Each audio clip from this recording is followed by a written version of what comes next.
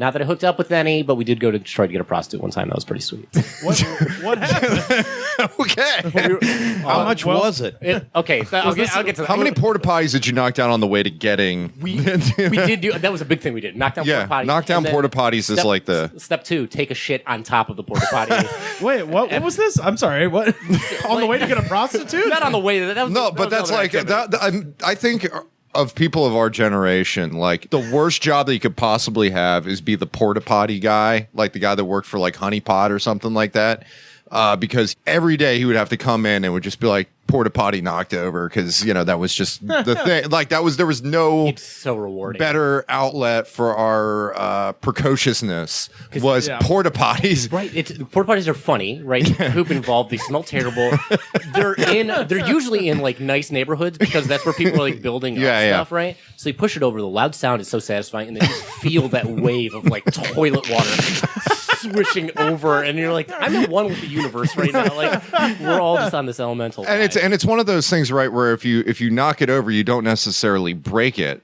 So it's like, it just comes back over. Right. So it's like the Weeble Wobbles you played with when you were a kid, except, they're full of poop. Well, they don't fall down. Blue stuff, yeah. No, yeah. Until they get old enough. But what about the hooker in Detroit? Okay. Enough with toilets, man. Let's hear about hookers. This speaks to my psyche where I'm like, okay. We can bleep it out later. Forget about this. Let's talk about the box filled with poop. So on one of the nights in our little subdivision that we had exhausted tipping over all the porta potties, there are a limited number. At this point, we tipped over all of them. There's an ennui that comes with that. General Zod. And I mean, there's like, what's the next step? Dropping 2-liter bottles off of parking decks, or do you go into another direction? Exactly. So our next step was we went to Taco Bell, which was like our hangout spot. I think that's like the case for a lot of America, that you just go there and hang out when you're an adolescent. And I was wearing khakis and a sweater vest and like a button-up shirt, and I would go up to these groups of girls and tell them I was the rest of my friends' like dating coach. I'm like, I'm here to teach these guys how to talk to women. Hi, just rolling. Hi, I'm Tiny Hitch. Yeah, right. I'm just they call me Bitch Hitch, actually. Yeah. just looking like a Mean Street Posse Pua. And that went about as well as we can imagine it went. It just, So it didn't work. It did not work. No, I'm scratching it off the list. So what was your pitch? Let's say we're a group of girls. Like what I was like, okay, you see those guys over there? You see how nervous they look? And that's because they don't know how to talk to girls. That's why they've hired me. My name is Harry. I'm 4'11". Clearly, I'm exuding confidence. Like that, when you're that short, like you don't care, right? Yeah. Whatever. Like that was one of the best things about being short. Was like girls weren't intimidated by me at all, so they'd like always dance up on me. I was like, I'm getting what I'm supposed to get out of this. I don't know what you're getting out of this, but it's great. Yeah. But also, it never paid off. It's never like I'm actually hooking up with anybody at that time. So. We struck out big time, and so we went to. What would they say if you? They just like looking and be like, "No, that's pretty much it." Okay, all right, fair enough. This isn't what happened in the movie. It would have been a real damn short movie with Will Smith, which in German, by the way, was called Der Date Doctor. Is that right? Yeah. Der Date Doctor. Yeah, I fucking love Hitch. I really do enjoy that movie. It's a lot of fun. I know you lived it. Yeah. Oh man, I had my own crusted Baylor story and everything. Well, what was it? Italian? It was called. Oh no, German. It was Der Date. Der Date Doctor. 3D. Nice. Der Date Doctor. No, I love that. In Italy, you got served with street dance fighters, which is pretty sick. Friends with benefits was sex friends. It was like, yeah. That's exactly. Those titles are better, man. Yeah, I know. Really What was No Strings Attached then? Also sex friends. It's just called Also Sex Friends. Yeah. Sex Friends 2. Yeah. So we strike out with these girls. We drive to like a little tributary street that's kind of in my neighborhood, and we're just like parked in my buddy's Trailblazer, and there's 5 of us. It was my. Hold on. Was the neighborhood like under construction, and it was like a totally empty like little side street? Kind of thing? This. It was pretty close to my neighborhood, which was completely done. When I first moved to the city, we moved into like one of the already established neighborhoods, and then it built up like very rich around us. So it was it's pretty strange because I'm not rich. Our family is okay. My dad worked in nonprofit, but everybody else around us like multimillionaires. It was a very strange place to be living. But the street that went from my subdivision to downtown had like a little, it used to be a dirt road, and then it had like a few stores on it and stuff like that. It was right next to the one trailer park in our city. Okay. All right. So we're just like across from this trailer park in a parking lot. No idea what to do because we've already exhausted talking to girls. We can't drink. You're in this Trailblazer, which like either a Blazer or an Explorer is like the vehicle for hellion kids. Like if you see an Explorer coming by and there's kids, just run. Especially Eddie Bauer edition. Oh my god! Oh, that's totally somebody's mom's old car, and it's gonna run you down. My mayhem vehicle was the Ford Windstar. Because you fit kids in that. Was it the Looney Tunes edition with the little Bugs Bunny thing, little sticker on the back? I wish it would have been so nice. Ours was just like a silver bullet, like this big. Oh, yeah, the kids that we had, it was either it was a Star. well, it was a Pontiac MPV, the most putrid van, or was it it's a Mazda MPV, whatever. Yeah, I know what you mean. Who cares? Vans are great. And then like on top of that, like with I wish we'd had my van, but in this situation it wouldn't be good because we were trying to talk to girls, and my van was covered in rabbit hair on the inside because my mom ran a rabbit rescue shelter out of our house. That's another story. I can tell that after this. Yes, we have to hear about all of this. Okay, we'll get back to it. But so we're all in this Trailblazer. It's my buddy in the front seat, and then it's me sitting shotgun, and then 3 of my other buddies in the back seat. It's my funniest friend, my best friend, and then this other guy who was my best friend at the time. He's not a scumbag, but he was definitely scumbag adjacent. You know, like he was adopted, and his parents were like kind of crappy. He was essentially my brother growing up. But he was one of those guys who would do whatever, whenever, right, for whatever reason, and it was cool. I loved hanging out with him. He's a fun guy. So we're all hanging out, and we didn't know what to do. So we just started being like super uncomfortable with the driver, and we're like, "What would you do if I just sucked your dick right now, dude?" And like everyone's a little bit homophobic at that time, right? Didn't know any better, so we're like rubbing on his legs, on his shoulder, and he's getting like really weirded out about it. And then I think someone might have like bit his ear or something, and then he's like, "That's it, we're going to Detroit. I've got a lot of money in this car. We're buying a prostitute," and we're all like, "Yeah, let's do it!" Like, the energy's up. So that's where he went to for sure. Well, no, because it's like that's the thing when you're a kid. It's like masculine overcompensation because you just have to overcompensate completely when your masculinity is questioned. Yeah. Like I just thought he figured like this is like being in jail and these boys want a piece of me now. We gotta get some girls. I mean, no, that's like people that like sociologists have studied this, and it's like among teenagers, it's like once you get like your masculinity questioned, it's like game on. I got to overcompensate, and that's the way you overcompensate. Where it's like, I got a lot of money. I'm going to get a sex worker. Yeah, that's exactly right. That's exactly. I got a band. I mean, he could land a better sex worker. He had a Trailblazer, right? Trailblazer. A little bit nicer. Yeah. Wow. So we like take off down to Detroit. We got pulled over by a cop within 15 seconds of like getting out. Someone's trying to get a prostitute, and we were all demoralized. It was his first ticket, so like I lost energy. But then like, wow. Then someone gave like a Gipper speech. We're like, no, we gotta get this. we gotta do this. Undaunted. And no, we didn't have GPS or anything. This is before like that was like kind of a regular thing. Did you guys print out MapQuest directions? You pull out the Rand McNally Atlas. You know? we all knew. You go to the AAA. Because that's what we used to have doing them days. Get those maps, right? Yeah. When I first moved here, that's what we did. We got those AAA maps. But because we lived like close enough to Detroit, we'd all been into the city a few times, and our parents and like other coaches and stuff had told us stories of like streets that are dangerous. So we're like, those are prostitute streets for sure that you go to. We don't know where they are, but you figure you drive in the city, you find one eventually. So we drove into Detroit, and we don't really know where to go, but we pull up next to this like lowrider car. It was like either an Impala or like an old ass Buick, and there's a guy in the driver's seat. And he's so far leaned back in his seat that you can't see him through his front door window. You see him through the back seat window in his car, and he's got like a pimp hat on with a feather coming out at the top of it.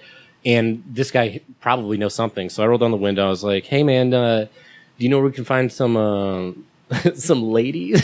Oh God! And he goes, "What color?" God! Oh my God! Like, whatever. And he's like, "I'll tell you where the white women are at." And we're like, "Okay, sure." So he tells us directions to this area, and we go. And there for sure were no white women in this area at all. But it was like an abandoned factory that got converted into a hip hop club, right? So there's a line of people at the door getting patted down. Half the people are getting turned away for having stuff on them while they're getting patted down. So it's got to be the spot, right? I was expecting to see like women walking the street and stuff like that, but that's I guess not how it goes down everywhere. Because I never seen a prostitute before. I didn't know anything about it. I just knew like Grand Theft Auto shit. So that happens in plenty of places, but maybe it don't happen there in Detroit. I think it does in some areas, but not in this area, right? So like Woodward apparently has a street that has it, but like in LA, you see that all over the place, right? I've seen a lot of places. I see it in Richmond, in Virginia. Yeah, in West Broad Street, where was I full grew of up in them. Florida. It was like the Burger King that we used to go to was like the employee lounge for all the street prostitutes. Yeah, we'd like sit there eating our like chicken fries or whatever, and it's just like them just talking shop, just like, honey, worst thing happened over at the Colonial. Just oh man, Wow. You get to know where they are, certain places, certain avenues near like truck stops and shit like that. Sometimes, Yeah, they've got like paths. I know that now. or strip clubs near like motels and shit too. Right, you got to be connected to the actual industry, like the somewhat legitimate industry, right? But like here, it was just so strange. And so there's a line of people. I'm wearing my sweater vest and my khakis.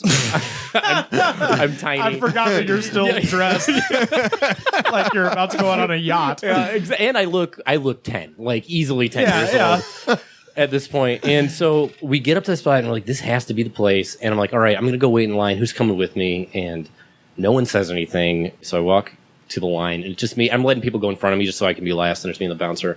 Everybody gets in. So finally it's just me and the bouncer. And I'm like, is this where women do business?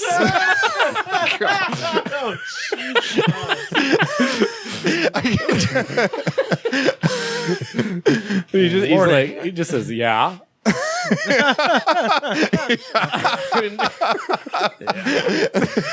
Is he German? Is he a cast member of Kids in the Hall? Yeah. Come inside CNC Music Factory. This is where the women work you out. He just says yeah, and he's like staring me down, and then two guys come running up to me. There's like a portly older white guy, and then this other dude is in his like late 90s, like super fucking old, like. Is he being wheeled in like Hannibal Lecter on the dolly cart? He was definitely like limping a little bit, It's like one of those olds that you spell with an E at the end of it. Oh, it's wow, just okay, ancient old. Yeah. And so this guy's like, "Hey, you guys looking for a good time tonight?" And I was like, "I guess so." Like me and my buddies. And apparently, what happened was, this guy's the pimp. His name is Jay, and he found my friends in the car, and he's like, "Hey, you guys looking to get in the club?" And my scumbag adjacent friend is like, "We're looking for some companionship tonight." And he's like, "Who's looking for companionship?" And they point me. So he comes right up to me. And this guy, the pimp, is also gay, and he's like, "Man, I wish I dressed up in drag tonight for you fellas." And we're like, "Oh, I probably would have known, but that's all right." And I'm just trying to be friendly. And the old guy, his name is Bob. He doesn't say anything. So there are Jay and Silent Bob, which is crazy. The old guy, perfect, is his bodyguard. His bodyguard. So he's like, "All right, we're gonna bring some women out. You guys can pick and choose." And you can do what you need to do, and we'll talk about money and stuff like that. So he goes in and he sends out the first lady. First lady comes out, and she like I don't want to like fat shame anybody, but her ass is like it's so enormous that it would take like an entire like bench seat in a car to sit in. It's like Steatopygus is the scientific word. oh, it's so fucking perfect. Yeah, that's right. But like, so she comes out, and we're all like, but she's not a prostitute. She's just like the madam. So she's the in between lady. And so we're like, okay, we'll see what goes on. So the first prostitute comes out, and from afar, she looks great, like a great banging body. She's wearing a pink dress and a pink cowboy hat, and we're like, okay, this girl looks pretty fucking cute. And then she smiles, and she's got like her teeth are like super gapped, like Michael Strahan in her teeth. But the body was great, right? But then she sees us, and she goes, "Y'all motherfucking kids! Nah, fuck this shit!" She's like freaking out and stuff. And then the madam like calms her down, and like fans her down a little bit. And she's like, okay. No, they're 15. No, right. They're not kids. The one in the sweater vest has a hormonal problem. Don't. Probably like, let's not forget. There's layers and layers. I know, of this is like illegal an and dangerous onion. in this story. story. I know. We just stopped at the porta potties when I was a kid. Yeah, no. Well, you weren't pushed into like homosexual. You know what? As soon as it's not let's go. It's not the teenagers saying let's go get prostitutes. It's the let's go to Detroit. Right. Prostitutes. That makes us way off into the danger zone. Like your gay panic is not does not involve a long drive and hundreds of dollars. It's just shut up, man. You know. That's pretty much it. I would have been nice to like stop. Two of my friends, the two guys in the back seat outside of this other guy, were like petrified. They couldn't say anything. They were freaked out that it had gone this far. But oh, why? Is it because you guys went to a fucking abandoned factory in the fucking you're scariest part of Detroit? You're fucked because once it gets to that point, man, unless you're wearing sweater vest. Unless they get hanky, they want to get paid. Once you make contact, they consider it like you're buying something. They're going to roll you. Yeah, exactly. Sure. And I mean, we had money. And on top of that, you're committing like a misdemeanor. To put it lightly. For sure. So she's like, okay, y'all want to suck, fuck, nut, what?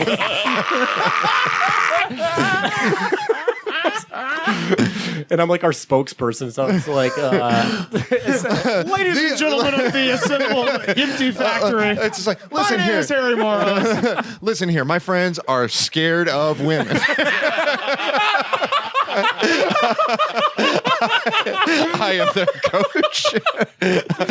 their coach. I'm going to try and coach them through dating. We're also scared of murder. Oh my God, I can't believe I've never made that connection before. It's so brilliant. You must have been shitting bricks, man. Well, I mean, I was just like so in the moment. And I'm like, I'm taking care of the situation. We're here to do a thing. And like sex to me wasn't violent. Sex was just like almost none of us had it. Only one of us had sex before. My friend who's like my brother, that guy. Okay. I'm gonna call him Dodo just to be because I don't want to say his actual name or anything. All right. But other than that, we're all virgins and like I'd kissed like maybe 2 girls in my life or something like that. But she says her little pitch as far as like what we can get. And I was like, how much for the suck deal? So I would kill to see a tiny boy dressed in a sweater vest asking very innocently how much for the suck deal. That would be that's you could sell a movie just on that pitch alone. My working friend. on it. Let's see if that. Oh, good. Well, hopefully, Big Hollywood's listening to this podcast right now. This is the reboot of Milk Money, my friends. It's not for the This is like a blank check or something. Oh yeah, blank check was always creepy about that. I know. Right? How much for that? I got a blank check. Yeah. You know? So she tells us, she's like, $60 to suck. And like, from what I hear now, that's actually like a pretty expensive deal for a suck job. But at the time I was like, that doesn't sound so bad. Like, I don't know. And my friend who drove us there, he's like, it's my money. I'm going first. And I was cool with that. 1, because I was afraid to go. And 2, because I didn't know he was paying for it all. That was pretty fucking sweet to figure out on top of it. So he's never been with a woman before, ever. So what happens is Jay goes inside. Bob stands outside with us, and he's just like watching us. And Bob's like 90, right? Okay. He is old. Like you know when you get like so old to the point where your body is like the shape of a question mark. Yeah, a little bit. It's just curved around. Like I met Clint Eastwood a few years back, and that's essentially he used to have like that cool lounge, and now he's like just old man lounge, but it's the exact same thing. Yeah. So Bob is lurking. You're slowly turning into a circle, right? Yeah. You're returning to the fetal position. Oh, that's so good. Yeah. So goes in. Oh, I said his name. Sorry, playa. I'll beep. We can bleep it. That's great. It's more fun when you bleep it out. And as long as it's not a brand name. Oh, great. Then let's bleep these names. It'll be perfect. So he goes. Let's stay with Dodo. I like Dodo. Dodo, cool. All right. So goes in and he's in the car for 2 minutes. And then he gets out, and he's got the biggest fucking grin on his face, like, of all time. He's just, like, so happy. Then he got out. And then my buddy Dodo's like, I'm going to go next. And I was like, okay, that's fine. And then I'm starting to freak out because I realize I'm next. And I don't want to do this. Like, at all. The whole go out there was the fun part, right? To drive out, make it happen. But to be third in a prostitute line, that was not what I was going for at all. But Dodo's in there for, I don't know, like 10 minutes or something. And I'm like, this is taking a fucking long time, you know? And then all of a sudden, like, the car starts shaking a whole bunch, right? And it's like, oh, fuck, what's happening? So Bob, he hasn't said anything yet, but he goes up to the car and he puts, like, his face in the window. And he turns around at us, and he's grinning like was, and he's like, "Oh, they're fucking in there," which is obvious, right? Because the car's moving. Yeah. So we're all like standing around, kind of like freaking out, waiting for whatever's going to happen next. And then the car stops shaking, and then I start shaking because that's what's next. And then Light Skin. Oh, did I mention this? Her name was Light Skin, the prostitute. She was the blackest woman I've ever seen in my life. Oh, okay. Her name was Light Skin. Okay. It's like Little John and Robin Hood. Exactly. It's a very cute thing to do. Yeah. It would be that way. So she gets out of the car and she fucking slams the door shut. And she's like, "Fuck this shit. Fuck this shit. Fuck this shit." And she's yelling, "Fuck this shit," nonstop all the way back into the club, like violently. And then she slams the club door shut. And we're all like, what is this about? You know, and then I just said his real name. Then Dodo pops his head like out of the window and he's just like looking at us and stuff. And then we're looking at Bob and he's like, "I'm gonna go get her." And we're like, "Actually, Bob, we're gonna take off." And he's like, "No, you guys stay right here. I'm gonna go get her. You stay right here." And so he rushes inside, and then we run into the car and we get the fuck out of there, right? Because I don't want to take her out of this. Everybody else is like freaked out about this whole prostitute freaking out. You did give them money already, I assume? I think so. I think she took the money before. I mean, it was all in the car. Okay. So like, and again, I wasn't part of the transaction, so I Gotcha. don't really know what went down. So we get in the car and we're driving, and everyone's like silent for the first 20 minutes that we're there. And then at the end, we're like, "Dude, what happened?" Yeah. And he would not tell us. We still don't know what happened with that prostitute at all. That's the end of the story. That's all I got out of it. Wow. Okay. And that was how you got your first parking ticket.